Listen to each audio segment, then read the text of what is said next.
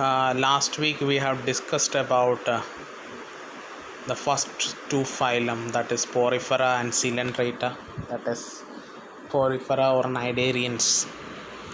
So today we are going to discuss about Ctenophora and Platyhelminthes.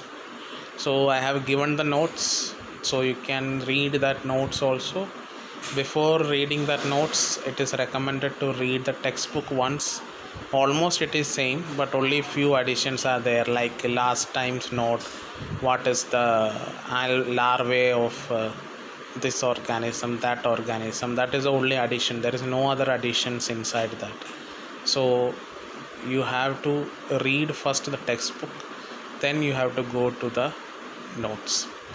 The first that is coming, it is phylum Ctenophora. This Ctenophora is little more advanced than this Coelenterata.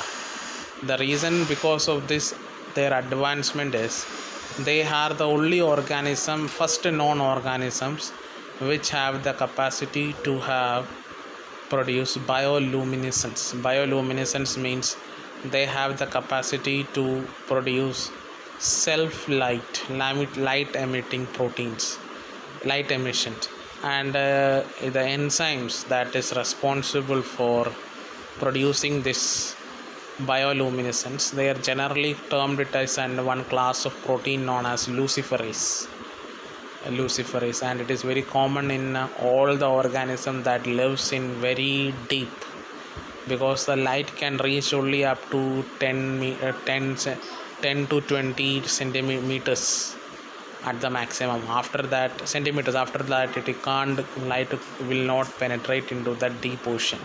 So these organisms are living inside that deep oceans. So light emission is a common thing. It is very common in jellyfishes, that there are many other organisms do this.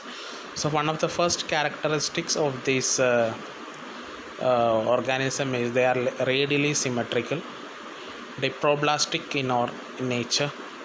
Tissue level of organization can be seen, and when you see from their outside, it can be seen like a comb plate. Comb means which the thing that is used for combing our hair. Like a combs, they will be having plates on that, and that they are helping for its locomotion. And reproduction takes place in the sexual means. Fertilization takes place, fertilization either external with the internal development. So that means some process will take place in externally, and some process will take place internally also. These are the main characteristics of Ctenophora. Next comes the Platyhelminthes. The word Platyhelminthes, Platy means flat, helminthes means worms. These are the flat-bodied worms. These flat-bodied worms, they are very much organized than this Ctenophora, Cnidaria or Poriferans. These organisms, now from here onwards, these organisms started to take food from others without any other, that means holding to a body, they started to take food. That is why many of this Platyhelminthes are endoparasites.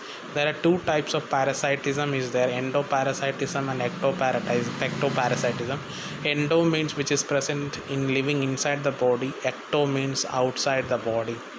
And here also that these platforms are bilateral, symmetrical, triploblastic and acoelomate. But instead of other organisms, they are having some parasitic adjustments. So parasitic characters will be there. One is known as the hooks and sucks. Hookers and suckers will generally call.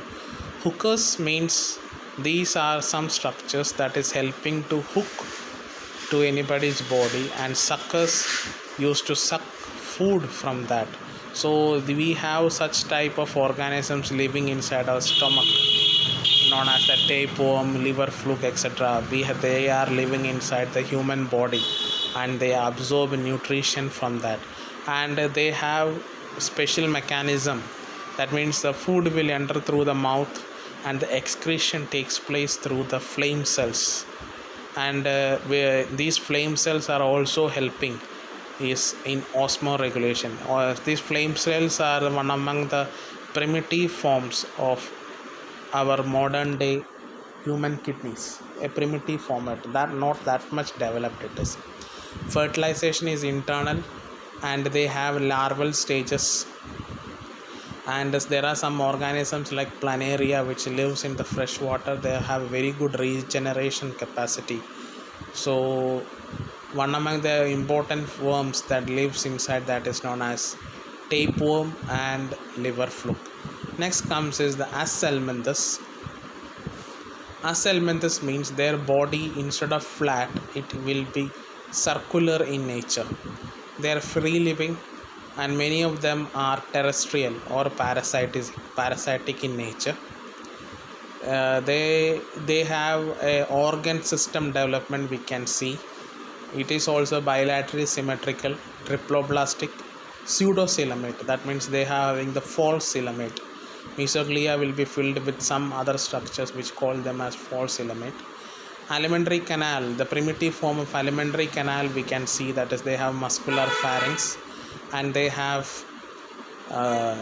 different part for removing the waste, excretory pores, and this will be the first organism which we know where the sexes are different, that is dioecious in nature. That means male and females are separate, and the female will be much longer than the male.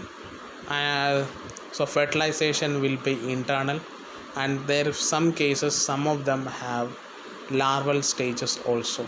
So one of the best example for Ascaricus, Wicheria bancrofti, which causes the filariasis, and hookworm, they all come. Hookworm is a parasite that lives in the human stomach, in the human intestine, and they take food from us.